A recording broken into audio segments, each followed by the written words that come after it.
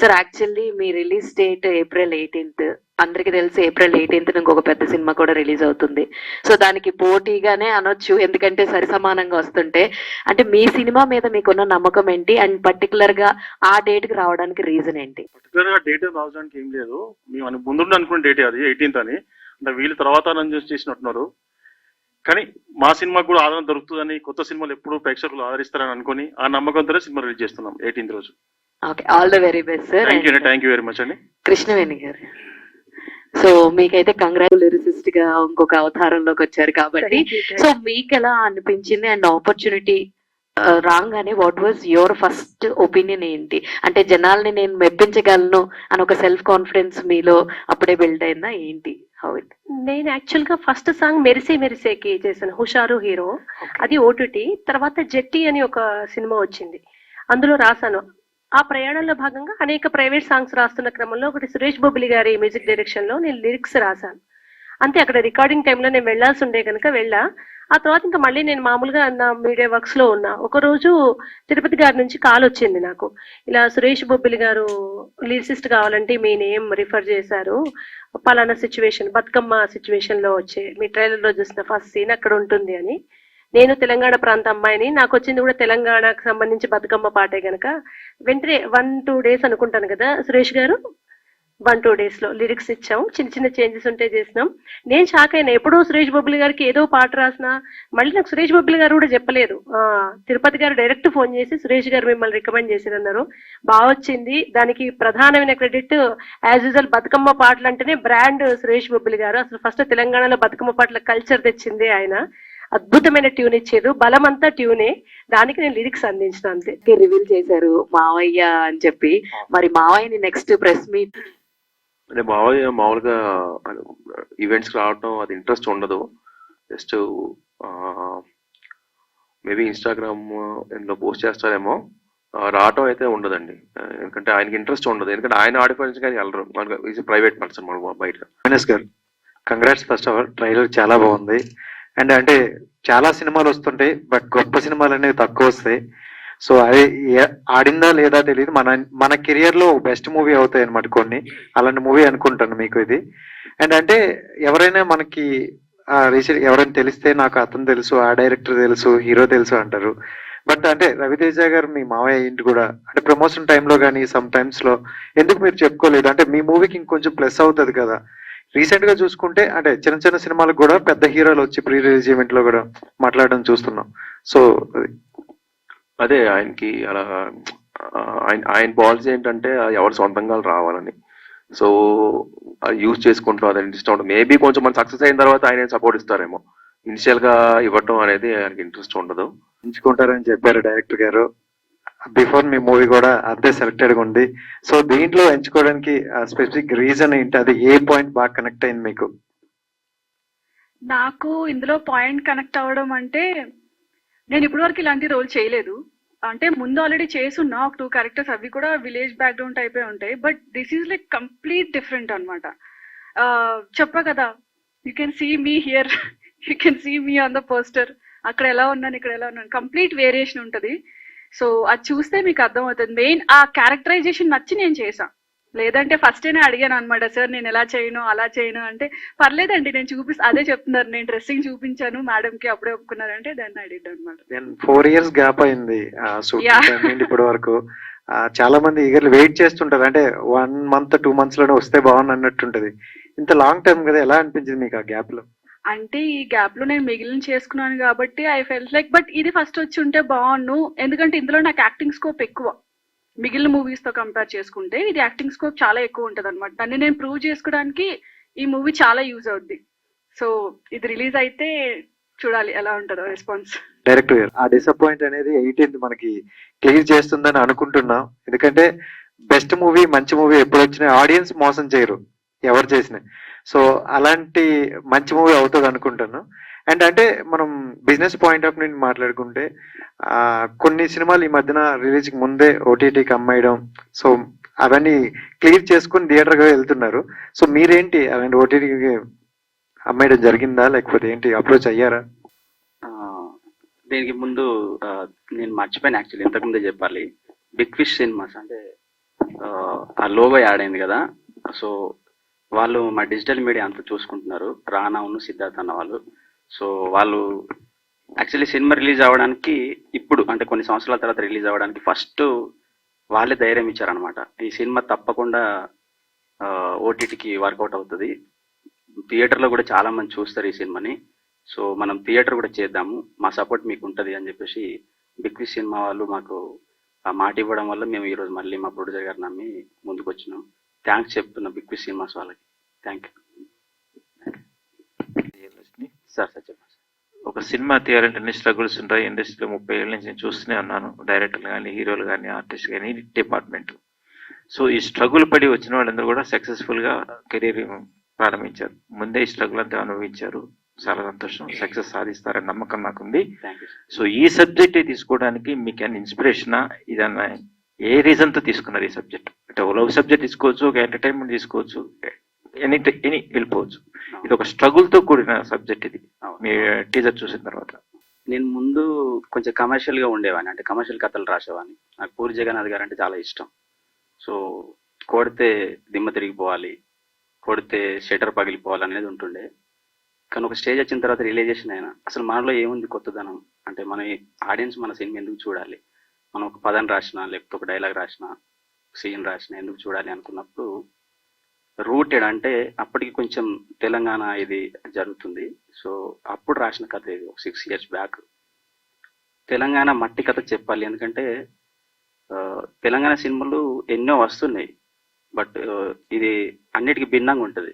So నేను దీన్ని ఎంచుకోవడానికి మెయిన్ రీజన్ ఏంటి అంటే మనం ఆడియన్స్కి దగ్గర అవ్వాలి, మనలో ఒక క్రియేటివిటీ ఉంది అని తెలియాలి అని ఇలాంటి సబ్జెక్ట్ ఎన్నుకొని డేరింగ్గా ముందుకు వచ్చాను. అంతే అండి, అంటే కొత్తగా ఉండాలి అని చెప్పేసి.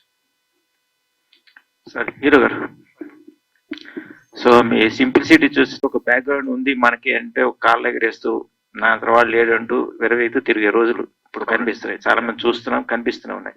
సో మీ సింప్లిసిటీ బాగుంది. సో మీరు కాకుండా మిగతా పక్క వాళ్ళు చెప్పడం కూడా ఒక డిగ్నిటీగా ఉంది. సో ఈ క్యారెక్టర్ చెప్పినప్పుడు డైరెక్టర్ మీ ఇన్స్పిరేషన్ ఏంటంటే ఫస్ట్ డెబో చేయడం కదా? నాకు ఫస్ట్ టైం చెప్పినప్పుడు అంటే జనరల్ గా కమర్షియల్ మూవీస్ ఇలాంటివన్నీ కొంచెం స్టార్ దమ్ము వచ్చినప్పుడు చేయాలండి అంటే నా ఫీలింగ్ అండి. సో కొత్త వాళ్ళు ఇట్లా ఒరిజినల్ గా ఉండాలి అంటే ఫైటింగ్స్ ఓవర్ గా ఉండటం అట్లే ఉండదండి. ఈ మూవీ అంతా రియల్ గా ఉంటుంది అన్నమాట. సో నాకు ఆ పాయింట్ నచ్చింది, అంత రియల్ గా ఉంటుంది. సో జనాల్లోకి నేను వెళ్తానేమో అని ఆ పాయింట్ తో నేను ఫిలిం సైన్ చేశాను. సో మీ రవితేజ్ గారి విషయంలో ఈ క్వాలిటీస్ మెయింటైన్ చేస్తే సక్సెస్ సాధించారు, మీరు కూడా సక్సెస్ సాధించాలని కోరుకుంటున్నారు. క్యారెక్టర్ పరంగా అక్కడికి ఇప్పుడు చూస్తే చాలా డిఫరెన్స్ ఉంది. ఇప్పుడు హెయిర్ స్టైల్, అప్పుడు హెయిర్ స్టైల్, మీరు అన్నట్టుగానే క్యారెక్టర్ ఒక ఇంట్రెస్టింగ్ గా తీసుకున్నారని చెప్పారు. సో సినిమాలో మొత్తం త్రూ అవుట్ హీరో నేర్పిస్తారా, మిగతా జనాలు నేర్పిస్తూ ఉంటారా మీ క్యారెక్టర్? నా వల్లే అందరూ ఏడుస్తారండి. అంటే in a positive way, not in a negative వే. చాలా మంచిగా ఉంటది క్యారెక్టరైజేషన్ మాత్రం, it will be very nice. అప్పుడప్పుడు అలా మెరుపు తెగిలా వస్తూ ఉంటాను, బట్ దాని వల్ల ఎక్కువ ఇంపాక్ట్ ఉంటుంది అన్నమాట మూవీలో, అలా రావడం వల్ల నేను. ఓకే, ప్రొడ్యూసర్ గారికి వస్తాయా 10 పెడితే 100 వస్తాయా, 100 పెడితే 1000 వస్తాయా, 1000 పెడితే 1,00,000 వస్తుందా అని ఆలోచించిన రోజులు ఇవి. సో ఇంత స్ట్రగుల్ పడుతూ ఒక డెబో డైరెక్టర్ని, ఒక డెబో హీరోని అందరిని పెట్టుకొని ఇన్వెస్ట్ చేయడం అనేది గట్స్ ఉండాలి. సో ఏ గట్స్ తో మీరు ఈ సినిమాని కొనుక్కొని చేశారు? కేవలం సినిమా మీద ప్యాషన్ తోటే అండి, కేవలం సినిమా మీద ప్యాషన్ తోటే తీసినాను. అంటే కథ ఏ కథ ఫస్ట్ చెప్పినప్పుడు తిరుపతికి నీకు అదే చెప్పినావు, నువ్వు ఇదేదో చెప్తున్నావో దాన్ని నాకు స్క్రీన్ మీద చూపించాలంటే చూపించగలిగితే నేను ఇన్వెస్ట్ చేయడానికి రెడీ అని చెప్పినాను. ఆల్రెడీ ఫస్ట్ డే సెకండ్ డేనే అర్థమైపోయింది, యాజ్ ది బుక్ లో ఏముందో that is in the screen. So all the best. Thank you అండి, thank you very much. Profit వస్తుందని ఎప్పుడు ఎక్స్పెక్ట్ చేయలేదండి. ప్రాఫిట్ గురించి అసలు ఆయన థింకింగ్ లేదు. ఒక మంచి కథ తీయాలి, జనంలోకి వెళ్ళాలి అని, క్వాలిటీ మూవీ తీయాలని ఆ పాయింట్ తోనే ఆయన వచ్చారండి. అసలు ఫస్ట్ నుంచి ఎక్కడ ప్రాఫిట్ అనేది ఎప్పుడు మాట్లాడలేదు బాబు ఆయన. సో ఆయన కోసం ఈ మూవీ హిట్ అవ్వాలండి. కాల్ వచ్చింది, మంచి పాట రాశానని ఒక ఆనందం ఆదృతితో చెప్పారు. సో పాట ఆడియన్స్ లో ఎంత రీచ్ అవుతుంది అనుకుంటున్నారు? ఏదన్నా ఒక పల్లవి అన్న పాడతారా? ఖచ్చితంగా. అంటే అది పాడింది మంగ్లీ గారు, ఫేమస్ సింగర్. మీ దగ్గర కూడా ఒక ఉంటుందా అండ్ కంపోజర్ సురేష్ బొబ్లీ గారు. డెడ్లీ కాంబినేషన్ అది. ఎన్ని సూపర్ హిట్ సాంగ్స్ వచ్చాయి. నేను పాడితే బాగుంది, బట్ 2 లైన్స్ అది కూడా మ్యూజిక్ డైరెక్టర్ ముందు అడుగుతున్నారు మీరు. కొమ్మ కొమ్మ పూలు ఇల్లు జరేనంట, రెమ్మ రెమ్మ పూలు, ఈ టైప్ లో ఉంటుంది. బతుకమ్మ సాంగ్ ప్రతి తెలంగాణ స్త్రీ బతుకమ్మ ఆడేటప్పుడు పెట్టుకొని పాడే అద్భుతమైన పాట. అది సిచ్యువేషన్ కి తగ్గట్టుగా ఒక చరణంలో చిన్న చిన్న చేంజెస్ ఉంటాయి.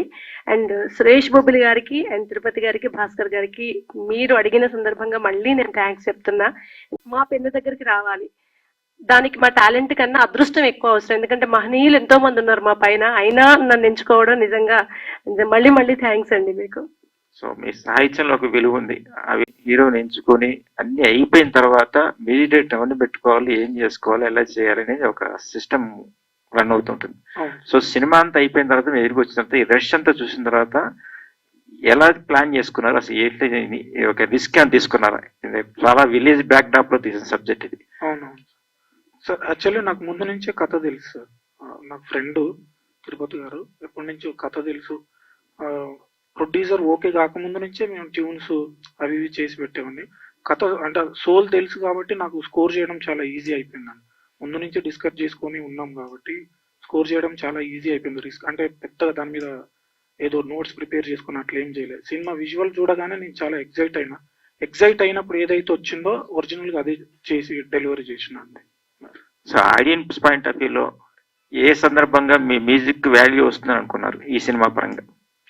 త్రూఅవుట్ ఫిలిం చాలా బాగుంటుందండి. పర్టికులర్గా love scenes and brother and అంటే ఇద్దరు బ్రదర్స్ మధ్యలో ఉండే సెంటిమెంట్, మదర్ కి సన్ కి మధ్యలో ఉండే సెంటిమెంట్, లవర్స్ మధ్యలో ఉండే ఎమోషన్ కానీ చాలా బాగా వర్కౌట్ అయిందండి. యాక్చువల్లీ అంటే ఇది ఒక లవ్ స్టోరీ అని చెప్పొచ్చు. Actually complete love story. So music director గా మరో హిట్ కొట్టబోతున్నారు అనుకుంటున్నా అండి. దేవుడి దయ అవుతున్నారు. అవ్వాలండి. Thank you. ఆ డైరెక్టర్ ఒక టఫ్ జాబ్. ఇప్పుడు ఆ మెటీరియల్ దొరకదు ఎక్కడ, దానికోసం పరిగెత్తాలు తీసుకురావాలని చేసుకోవాలి. ఫౌండేషన్ వేరేగా ఉంటుంది. సో ఎంత రిస్క్ తీసుకున్నారు, ఎంత ఖర్చు చేశారు ఈ సినిమాకి? రిస్క్ అయితే ఉందండి, ఖర్చు చాలా తక్కువనే చేసిన యాక్చువల్లీ. బికాజ్ తిరుపతి నా ఫ్రెండ్ కాబట్టి అండ్ భాస్కర్ గారి గురించి కూడా తెలుసు కాబట్టి వీలైనంత తక్కువ ఖర్చు పెట్టినాం. మోస్ట్లీ మాకు లొకేషన్స్ యాడ్ అయినాయండి. నేను ఎక్కువ సోర్సింగ్ చేసి అక్కడ చుట్టుపక్కల ఉన్న ప్లేసెస్ నుంచి ఏం కావాలనేది అక్కడక్కడ క్రియేట్ చేయడం జరిగింది, రాదర్ దాన్ పర్చేసింగ్ అవన్నీ కాకుండా. సో అట్లా మా టీం కూడా, నా టీం ఉండే సురేష్, సంపత్ అని మా ఆ టీం ఉంటుండే. విలేజెస్ లో కూడా చాలా మంది హెల్ప్ చేశారు. సో మోస్ట్ ఆఫ్ ఆర్గానిక్ గా మేము అక్కడ ఉన్న వాటిని ఎక్కువ యూజ్ చేసి చేసినాం సార్. సో అట్లా కొంచెం బడ్జెట్ కంట్రోల్ చేయగలిగినాం. సో కెరీర్ పరంగా ఇది ఎన్నో సినిమా మీకు? మీ కెరీర్ పరంగా ఇది ఎన్నో సినిమా?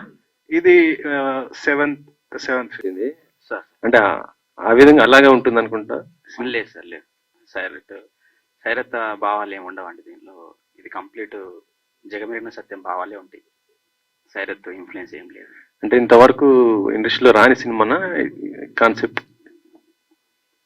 కథలు చాలా తక్కువనే ఉంటాయండి. 9 కథలు అని చెప్పుకుంటాం మనం. దాంట్లోనే తిప్పుకొని రాయాలి మనం. ఇది కూడా దాంట్లో నుంచే ఉంటుంది. బట్ బేసిక్ ఏంటంటే సార్, తెలిసిన కథని చెప్పడమే చాలా కాంప్లికేటెడ్. నేను అదే తీసుకున్నా.